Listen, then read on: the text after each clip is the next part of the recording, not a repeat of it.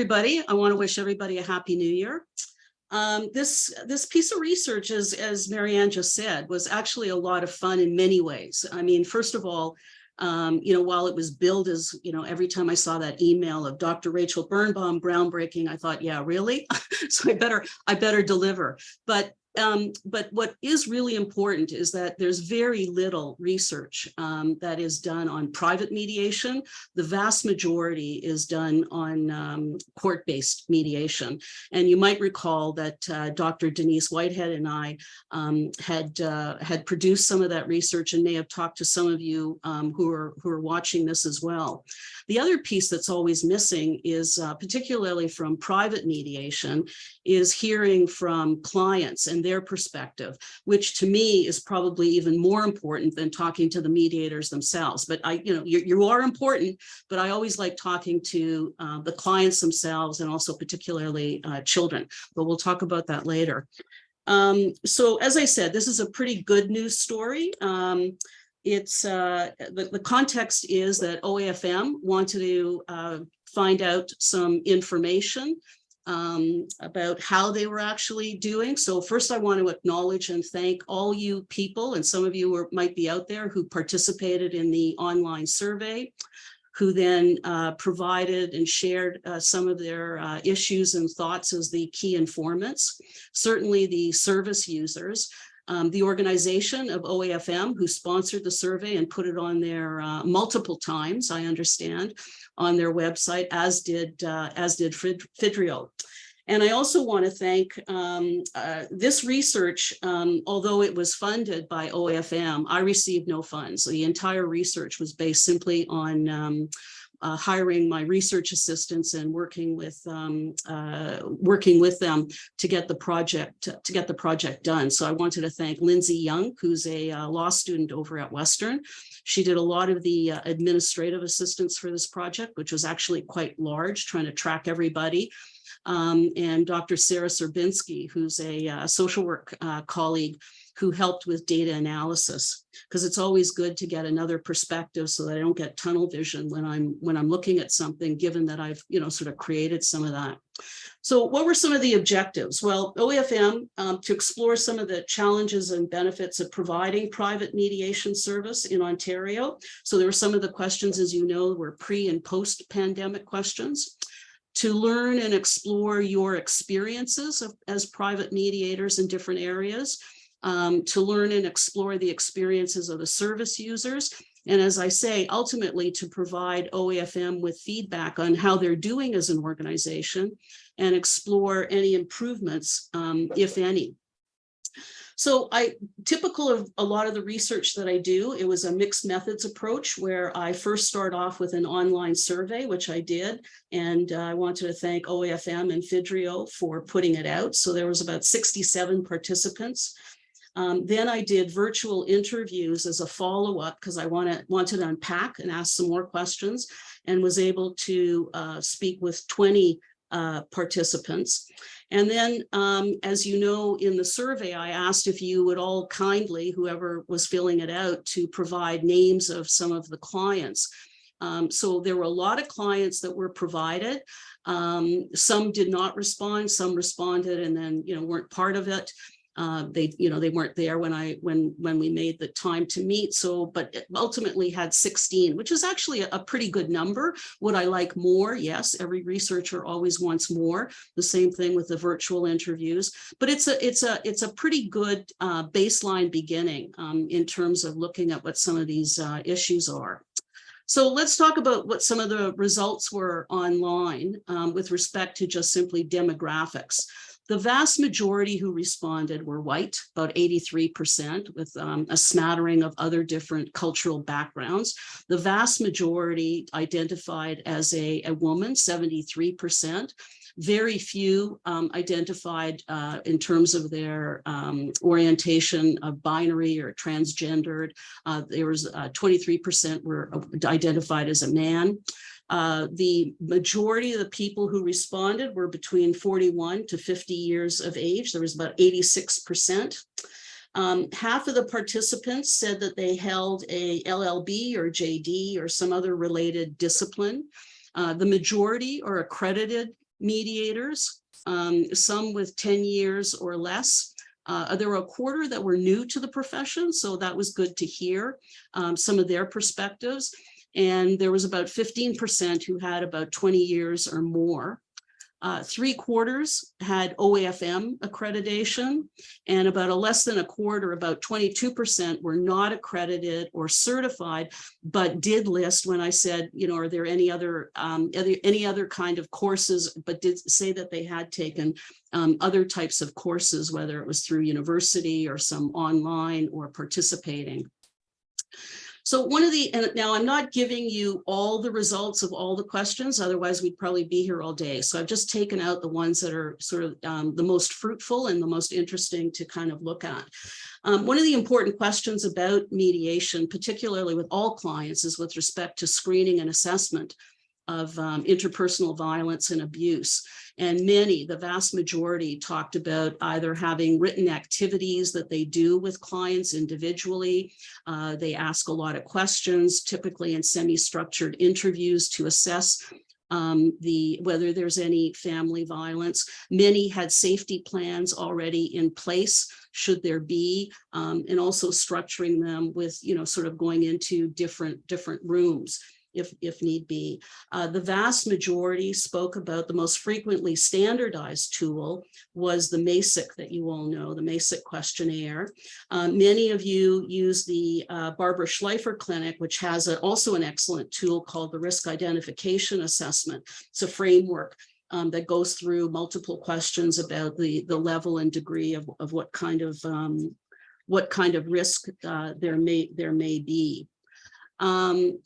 One of the questions asked sort of, you know, can you give sort of a range of kind of the estimated hours to reach a partial or full agreement? So I broke it down into what the parenting issues were, property. And again, not everybody answered. There were a lot of people that said, I don't do property, I don't do spousal support. So mainly it was, I was hearing from the lawyers who were doing this kind of work. And, you know, generally the hours are quite comparable when I looked at and compared to them in terms of the court-based, well, not court-based mediation, because of course it's a far less, but in terms of some of the literature, particularly from the United States.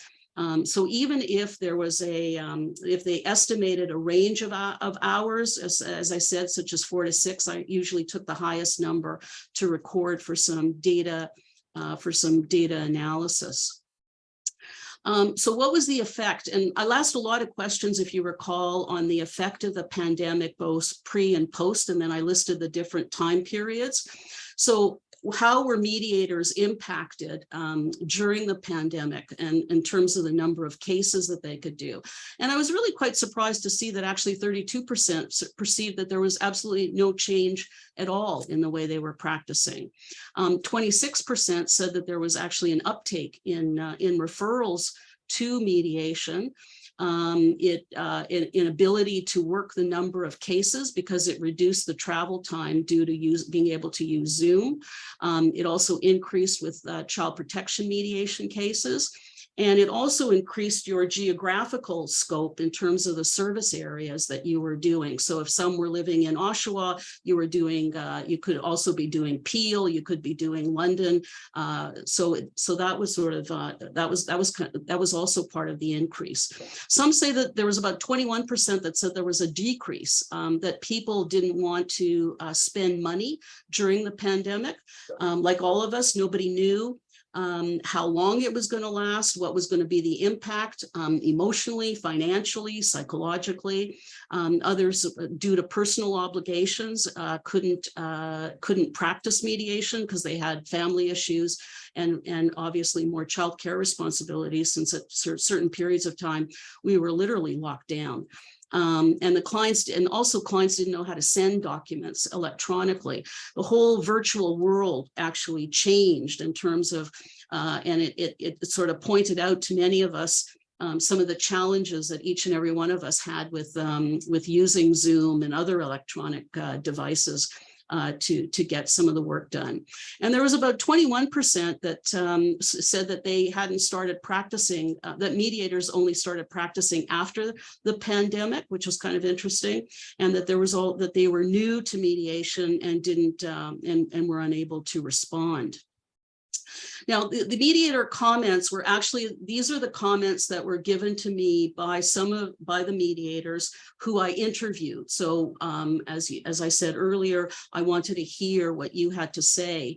And it was about with respect to, was there any changes? So a lot right away seemed to increase. I had to look at my percentages, significant increase.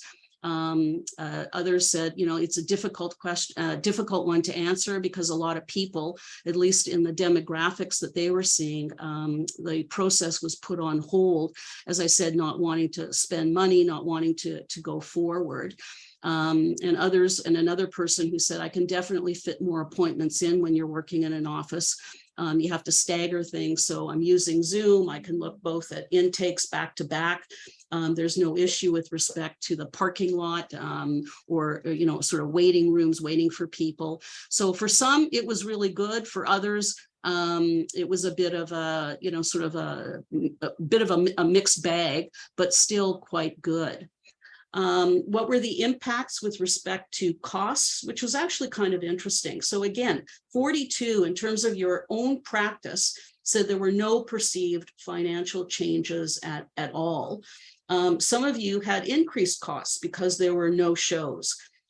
Software. So I automatically, you know, as an academic, I have access to probably every toy imaginable through the university. But, you know, some of you in private practice, and also who may not, who have been maybe, let's say, working in an office and had assistants, etc., having to buy the software, having to buy insurance, etc., put in all kinds of safeguards, even getting better internet connection.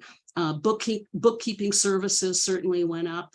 Website support certainly went up, as did administrative support, or carrying rent and leasing an office that particularly some said that, you know, they were still keeping it open because, of course, as you know, none of us knew where this was going, where this was going to take us. So some actually kept an empty office that wasn't being used. Others said that there were decreased costs, you know, commuting expenses, gas and time, office rent. Some did actually completely close an office and said, I'm done with it. I'm going to do nothing but virtual from now on. And that overhead costs, such as some of the utilities, electricity, phone, etc., or the number certainly went down. With respect to clients, again, about 34% said there were no financial changes to the mediation service. Some of the rates of the mediators, there was about 4% that said did go up. And in terms of decreased costs from the client's perspective, many said, you know, it was time required off of work. There were childcare expenses that went down, commuting expenses, gas, parking, shorter mediation sessions resulting in less expenses. So there was less waiting time for the other party to arrive, so that you had to be able to review documents, etc. So some of the comments with respect to, and as I said, you know, one said I haven't been able to reduce the fees. I haven't reduced the fees definitely because the Zoom license was so expensive. And again, it was this was sort of news to me because, of course, as I said, I get Zoom and I don't pay for it, obviously, but it's quite an expense for some, and it's also quite an expense if you're just starting out, new to this process.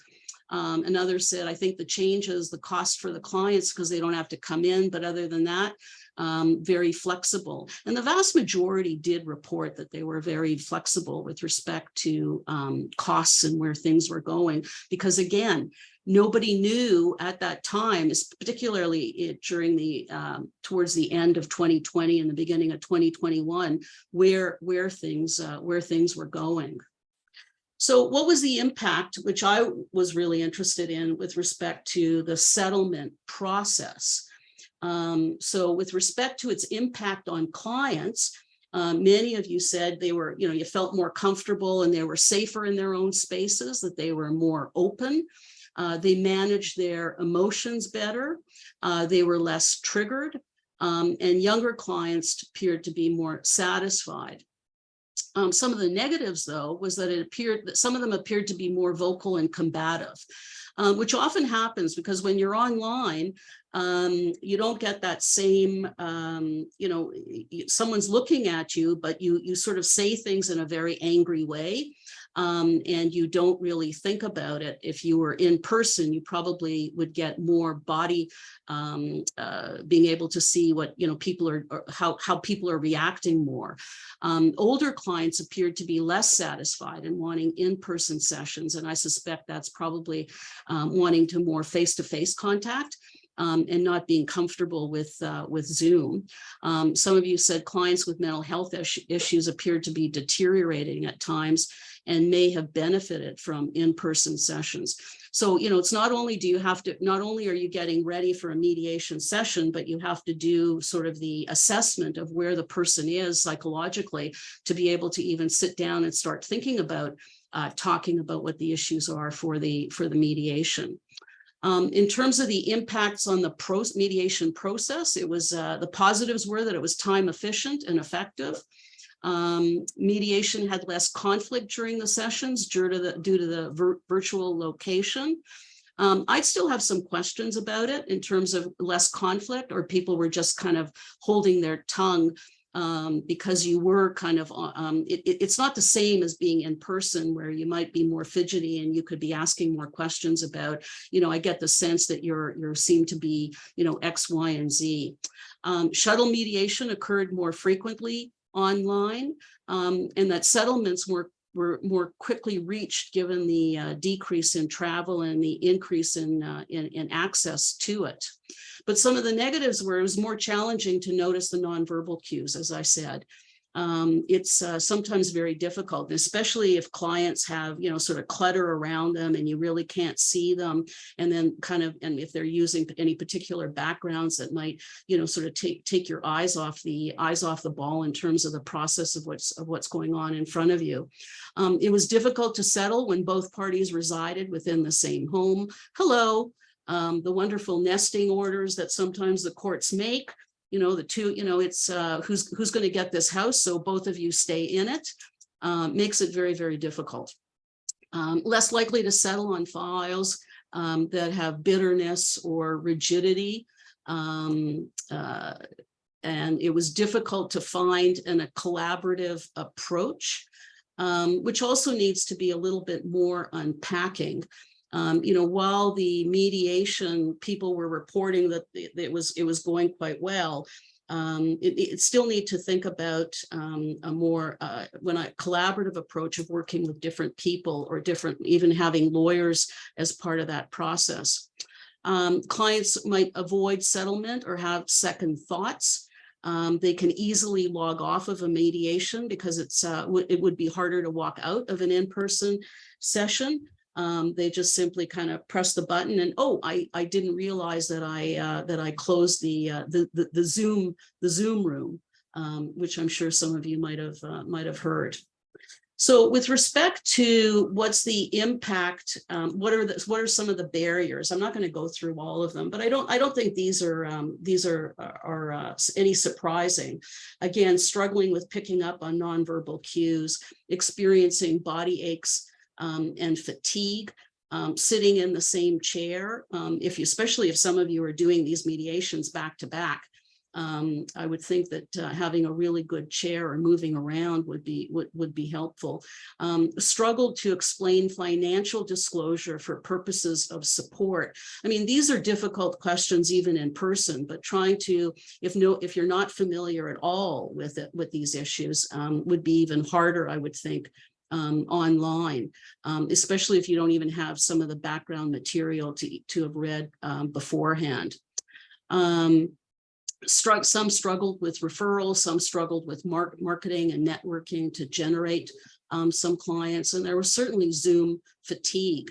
Even I know that when I was teaching online, I was like, sort of dead by 5 o'clock. I just didn't want to talk to anybody because I've been with students all day long, or, so I can well imagine. And this is just sort of teaching. I mean, it's also in mediation, you've got to be so much aware of so many different things and trying to help and get to better understanding of what some of the issues are. It's not at least when I'm teaching, I've got an agenda and I'm trying to get some stuff across.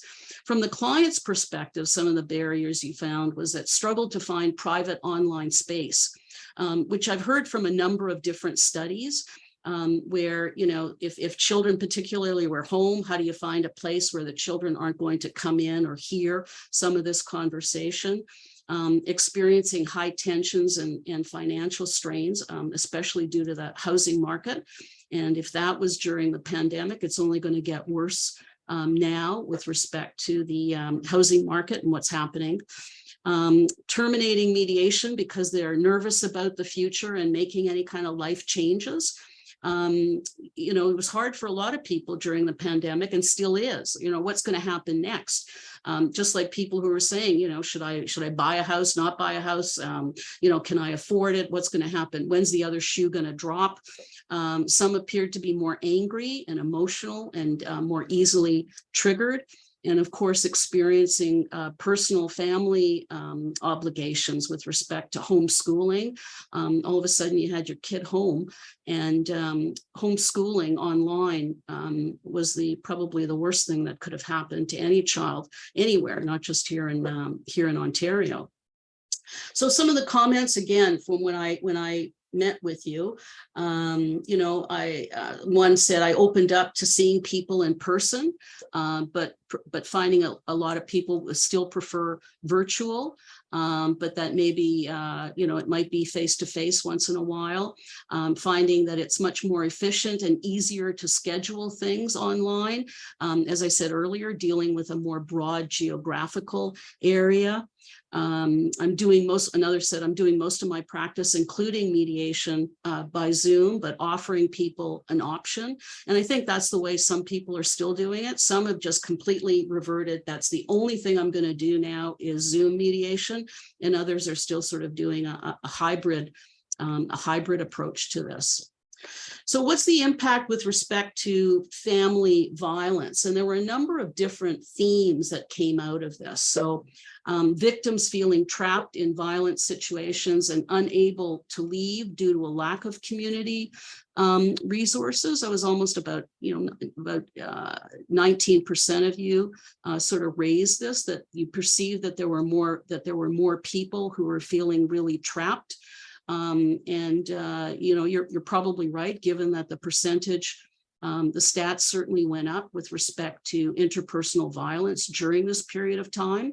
Another concern when I was doing some other studies was that the number of people who couldn't access lawyers completely disappeared from the courthouses. So lawyers who had the ability to know case line and how to submit documents, and there was nobody around to explain to the self reps, were completely gone. And judges were even starting to become concerned about where did all these people go and what's going on out there. The impact, another thing was the impact on the mediation process. That some people perceived that that there was an increase in the use of virtual shuttle mediation, with some women who said that it was helpful, but some that were perceived to be more safe and secure for parties. Some mediators said that the virtual mediation actually required more assistance. That it was noted that it appeared that greater delays in the process and making it more difficult to come to an agreement. And another theme was on has not encountered family violence during practice. There was about 8 out of the 48 who responded saying that they didn't see any family violence, and that may very well be. But then one of my questions is, how with respect to screening and how well, what screening tools are being used, and also how you might, as an individual mediator, define what family violence is. There was also disagreements and fighting over COVID-related issues. The number of cases, as you probably know, and I'm pretty sure mediators got them, is that, nobody, while children are being vaccinated, nobody thought that there would all of a sudden be differences and wanting to get other opinions about, should this child be vaccinated? Yes, they are. No, they're not. Also issues with respect to whose bubble they're going to be in, citing pandemic restrictions, as I said, division over vaccine and mask mandates, and also the impact on the mediator. That transitioning to virtual mediation was good for the vast majority, but there were still some of you that found some real challenges with respect to nonverbal cues, and also had more concerns about the emotional safety and privacy than the physical violence issue. So I'm going to talk a little bit about kids. As many of you know, I can't do a presentation without talking about children's participation. So this is going to be no different, given that I asked one of the questions purposely. There's a woman by the name of Charlotte Hardwick, and I really suggest that if you get an opportunity, it's online. I think it's through Amazon. I don't know, it's $10, $15. She compiled a list. So these are all the children across the United States who wrote letters to judges. And now I put in brackets mediator, that was me, but the real letter was, "Dear Judge, please don't forget me," and then signed by the child. I put in mediator. And you really should read the letters. Some of the things that these children say that just, it's not that they, even more than breaking your heart, but that they really want to be heard, or the impact that it has on them that we don't see if we're not actually talking to these kids, or at least having somebody go talk to these kids. So when I asked the question, and it not dissimilar to the same question that Denise Whitehead had asked in the court-based mediation, that there was issues around lack of proper training, no experience with this issue. I can't see, and I'm gonna probably be a little bit sort of pushy about this, that in this day and age, there is no reason to not have any experience with this issue, given that the Divorce Act is very clear, as is the CLRA, as is the United Nations Convention on the Rights of the Child. And if there is this lack of training or no experience, or you've got certain ideas about age and consent and capacity, then you should, in my opinion, you should be hiring someone to do these views of the child reports or voice of the child reports. Many of you already know there's, FIDRIO has partnered up with Hear the Child Society, which is promoting this and is, offering training on this. So there really is no reason.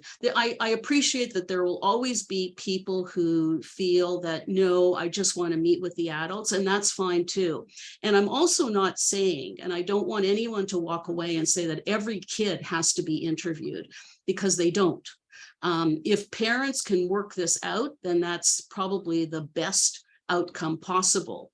But if you're picking up stuff that is going on with parents, you have to ask the question, well, I wonder what the child has to say about all of this. So that's something to think about. Although many of you do ask parent questions about their children, which is good. Many of you do encourage the parties to obtain a voice of the child report. And many of you do obtain consent to have a neutral third party. So I'm not saying that none of you do this. I'm just saying that it should be done as a matter of course, just as when you're doing your intake and you're ticking off all the things that need to be done, that should be part of that intake process. So then finally, I asked towards the end, sort of what are the factors that contribute to successful mediated outcomes? And the themes that came up with sort of, from the characteristics of what's required. So I divided them to between private mediators, the parties, and the process. And a lot of it is, come as no surprise, characteristics of active listening, asking questions, clear, having some compassion, the ability to dislodge the parties from their polarized positions. And, and many of you do this extremely well. You all have certainly a lot of practice and experience at doing this. The active listening, again, with respect to the parties, being genuinely don't want to see them suffer and sort of help them with working towards some good communication between the parties. A lot of this has to do with how you screen and you encourage legal representation. You ensure that there's no significant power imbalances. So a lot of these are the factors that contribute to successful mediated outcomes. But there are also factors that contribute to unsuccessful mediated factors. And I broke them down into the same kind of issues that I found. So some of those qualities of feeling overwhelmed or rushing clients through what they need to say without really listening, aggressive behavior, bullying, not by you, but we're talking about by the clients, feeling trapped and having no alternatives or feeling unjustly treated. Some of them did actually feel unjustly treated by the Divorce Act or by the CLRA. I was actually quite surprised the number of people who said to me, and these were the clients who sort of said to me, it isn't fair that, we have these guidelines for child support, or that there's these presumptions with respect to spousal support. Some wanted it more, some wanted it less. Even some of the mediators said issues around that. Some of the lawyers who are more adversarial, sometimes the inclusion of lawyers during mediation who treat the process as court and are trying to make submissions was certainly not helpful. And some of you did have brought the lawyers in, and it's not a surprise that it was not a successful mediated outcome. So I'm just going to pause for a minute because I see two things in chat. So Marianne, is there anything that I needed to cover or somebody wanted to ask? I think you're okay at this stage. I just put the Hardwick link to that book, the Dear Judge book, because I thought it looked great. And there's a $0 Kindle edition. So there's there you go. Yeah. There you go. Yeah. Okay, so then so I combined the interviews with some of the survey comments. These were the research questions with respect to the service users, and there were 16. As I said, there were probably, I'd say, about 25 people who did respond. So there were some that didn't respond back when I reached out, or did set a time and didn't return, because people's lives, they go on. Some wanted to say something, some didn't. So some of the questions were around mediator being aware of their needs and concerns. Did they perceive any bias? Was the agreement fair to them and also fair to their partner? And what are some of their thoughts on mediation versus litigation? And finally, would you recommend mediation to others? So the demographics of this group were, the vast majority reported having about 1 to 3 children.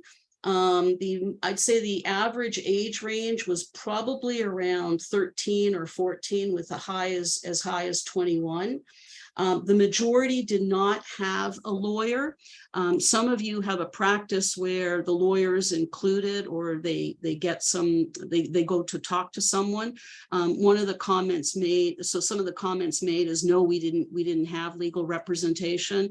I personally didn't want it. We wanted the process to be as simple as possible. We didn't need to get a lawyer advice because some of them are mediators, are acquainted using the ILA at the very end, but that's all they had.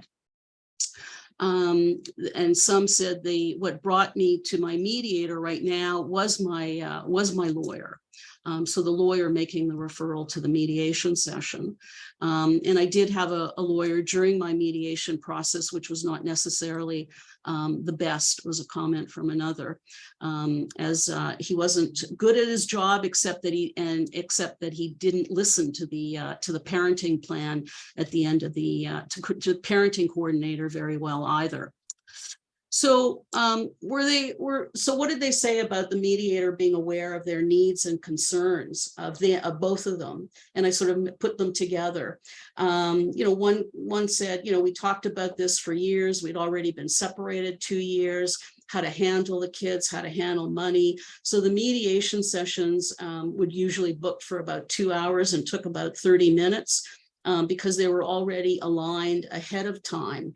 Another said, yeah, I think she interviewed us separately because he didn't want to have a conversation with all of us together. He wanted to separate, and still said that she felt the mediator was quite empathetic and understanding of our situation. Another one said, most definitely. And I'm not just giving you sort of picking and choosing. These are the major themes. Like I really probed with respect to clients in particular, what their experiences were. And, and as I said, right from the beginning, this is kind of a good news. Well, some of them would like to have been a little bit more of this or a little bit more of that. They were actually quite pleased with how it all turned out. Now, some of them just said, I just want this over and done with. And going into court was certainly not an option in any world.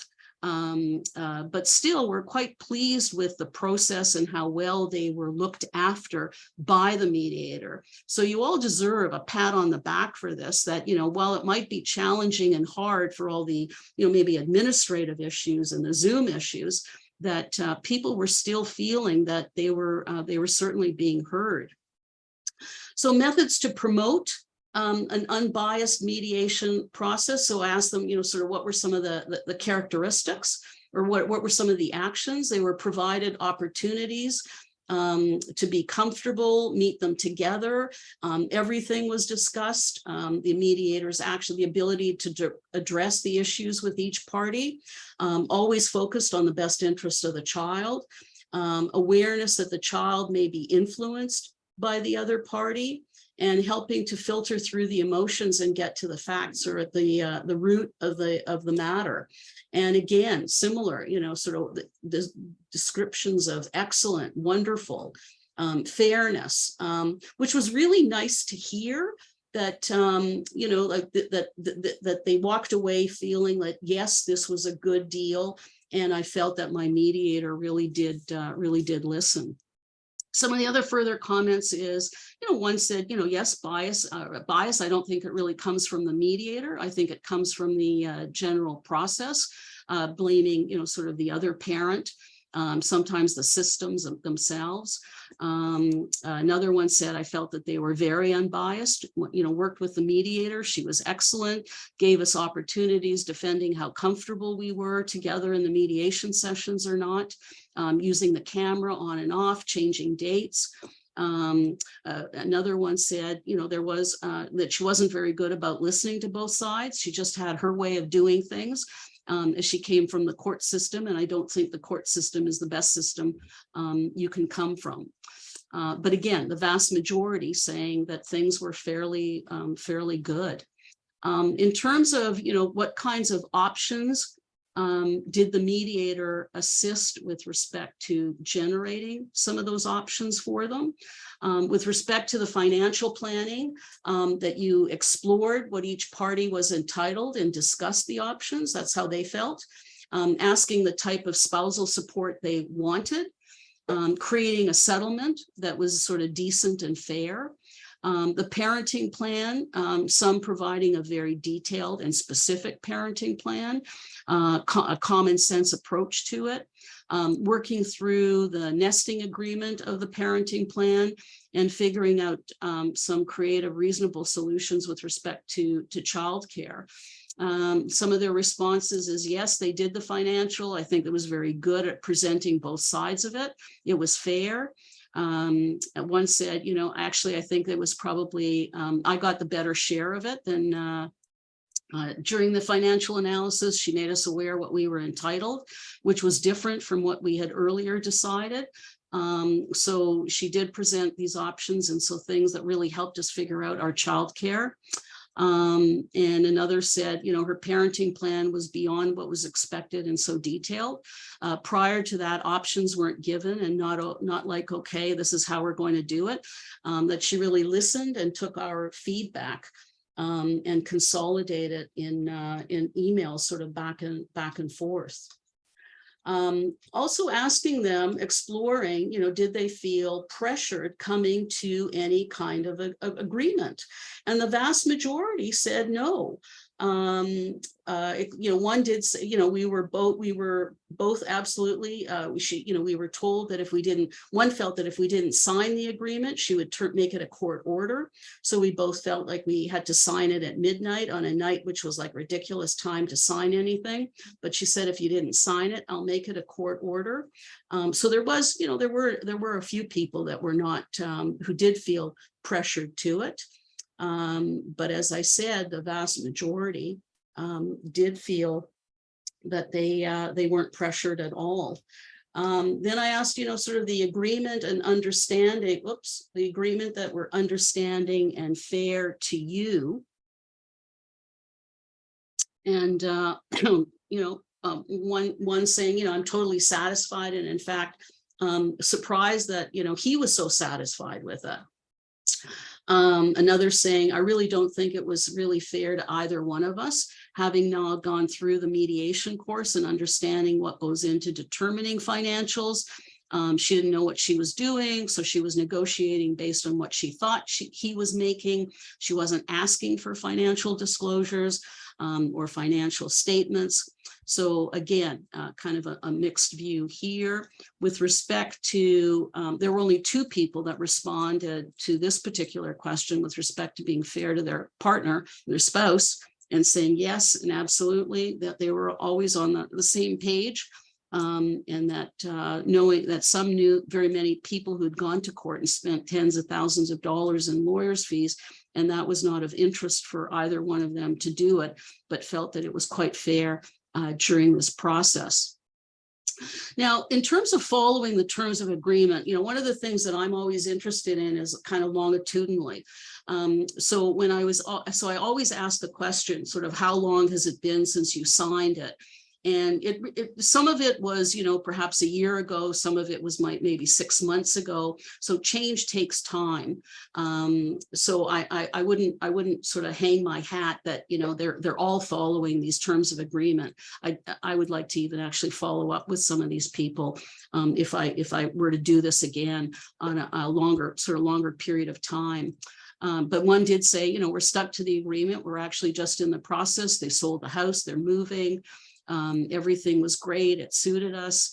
I think that everything was finalized and everything was just done last month. So it's people, when they made that comment to me, I'd like to follow up further, because it's always good to hear how these agreements, how well they stay in time. So again, these were just some of the comments that were made. So in terms of the perceptions of reaching settlement through mediation versus the case going to court, definitely settlement through mediation, that it was less costly, less confrontational, less animosity. It was less scary. It was more time efficient. There was a greater focus on the best interests of the child, a better approach with older children, and it was less difficult, more difficult with younger children when dealing with these issues. No surprise with respect to being settled in court that it was more costly, just everything was more. And then hesitancy in using mediation and our court. There were about 4 people that said, you know, both actually have its pros and cons.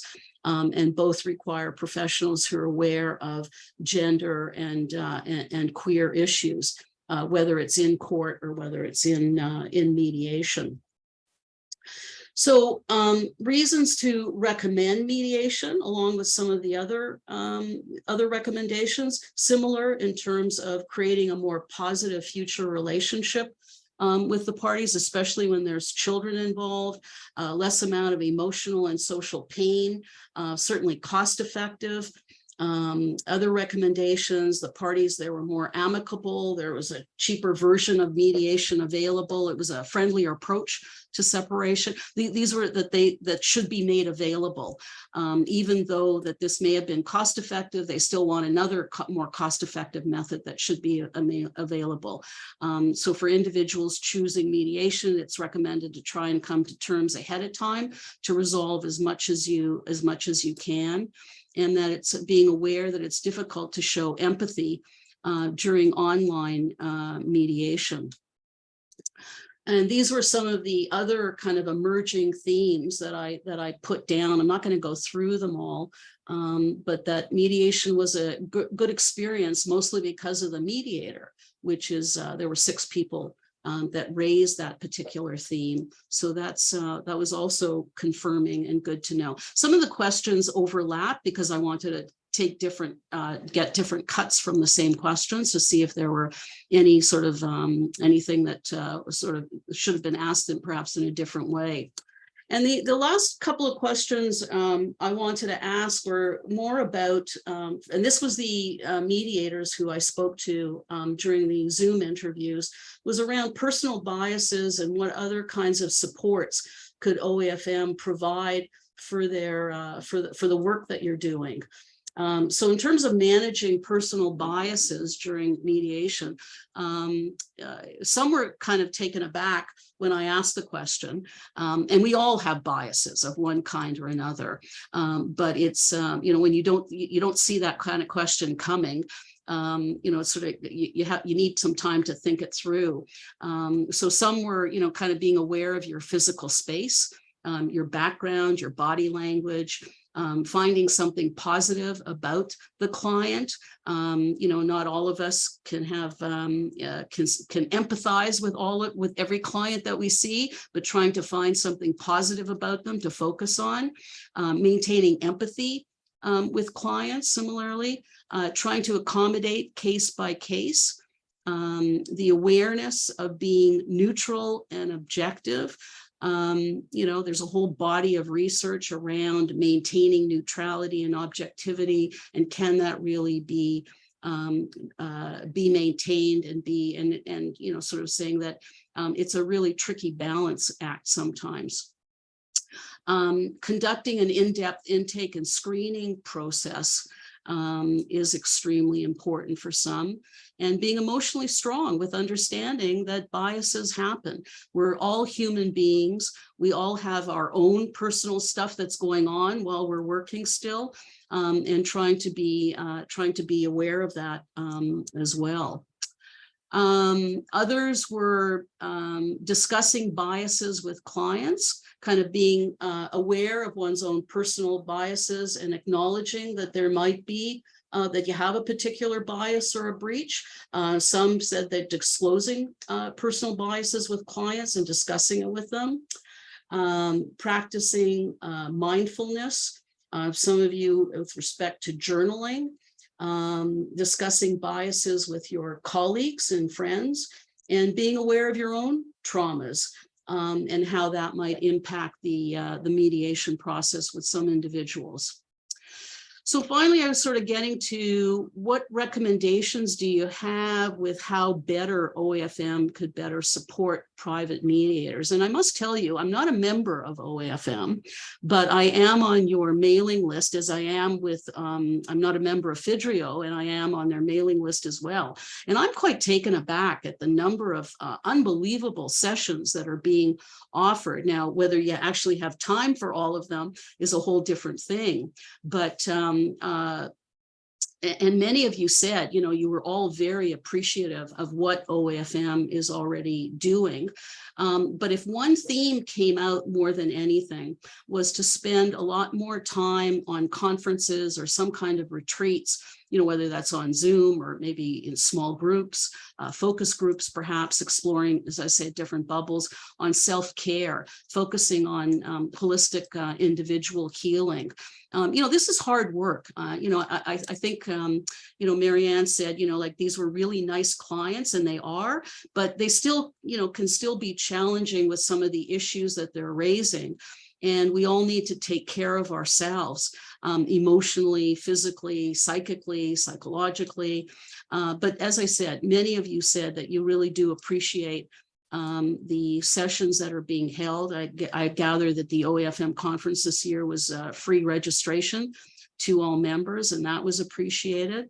But creating an in-person kind of retreat or locally based, or people getting together on their own. And then when people would say, well, I wish they would offer more on this, and then there'd be a chuckle and go, yeah, but they are, and I just don't have time to do it. And, I'm running to do this and I'm running to do that. So there are some things that OAFM could do with respect to more in line with, I think, self-care issues, and perhaps on vicarious trauma and trauma-informed support group for professionals.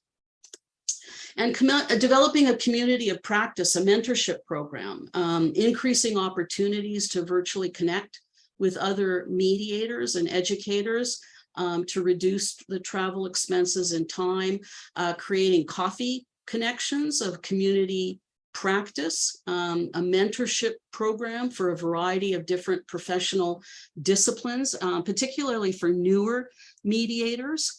One of the things that I certainly learned about online Zoom for court, one of the drawbacks was for lawyers, particularly young lawyers, is you go to court to learn what other lawyers are doing, and that you can observe and watch the most, the experienced lawyers, how they're presenting in court, etc. Well, it's the same thing with mediators.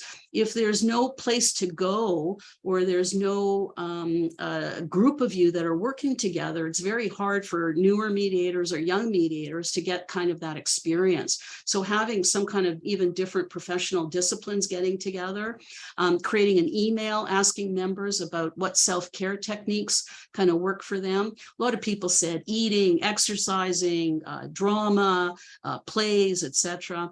And recommend a monthly guided mediation practice that's kind of short and easy to grasp. So like all studies, this certainly had its limitations. It was while it was a fairly good, in my opinion, sample size with respect to private-based mediation, it was, I'd still like to be able to do a more in-depth, particularly with service users. So this is not meant to generalize to all mediators or to all those that are using the service. As I said, I only heard from those that had something to say, which is what most surveys are, people who have something to say. The vast majority were, white women between, 40 to a little over 50. But those that didn't respond need to be heard, as they might have another opinion that they might want to share.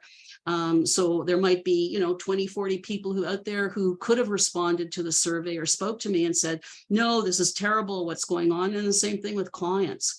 The focus was on very broad topics because this was so new. And even when I was sort of doing my lit review to see what other questions have been asked, it was very few that I could find. So I'd like to do more on research on the process issues, the types of mediation, the different levels of conflict, given the family violence concerns that were raised by some of the mediators.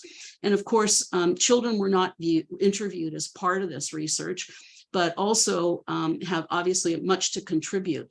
And that's an important piece of information gathering going forward. If anyone else continues to do research in this area, to hear what kids have to say, because that's really, really important. It's as I said, the most important to me was sort of listening to the clients and what their views were on it. So what are some of my impressions to date? Well, mediation's in a good place. The service users were mostly satisfied, but there needs to be a lot more recognition of diversity and inclusiveness, particularly around culture and gender diversity. but there's no stopping or going back to the old ways. Virtual mediation is here to stay, and certainly needs a lot more research in this area. And while feedback from the mediators and the service users appear to be positive, it's important to contextualize this whole study that we're talking about low to mid-level conflict with a lot of these people. And as I said, the vast majority of the people that spoke with me, particularly the clients, were on the more low to mid-level. So it would be good to hear from the clients who are having more difficulty with respect to coming to any kind of agreement, or what they thought about the process. So a little Japanese proverb: vision without action is a daydream, and action without vision is a nightmare. You gotta love those. Gotta love these Japanese proverbs.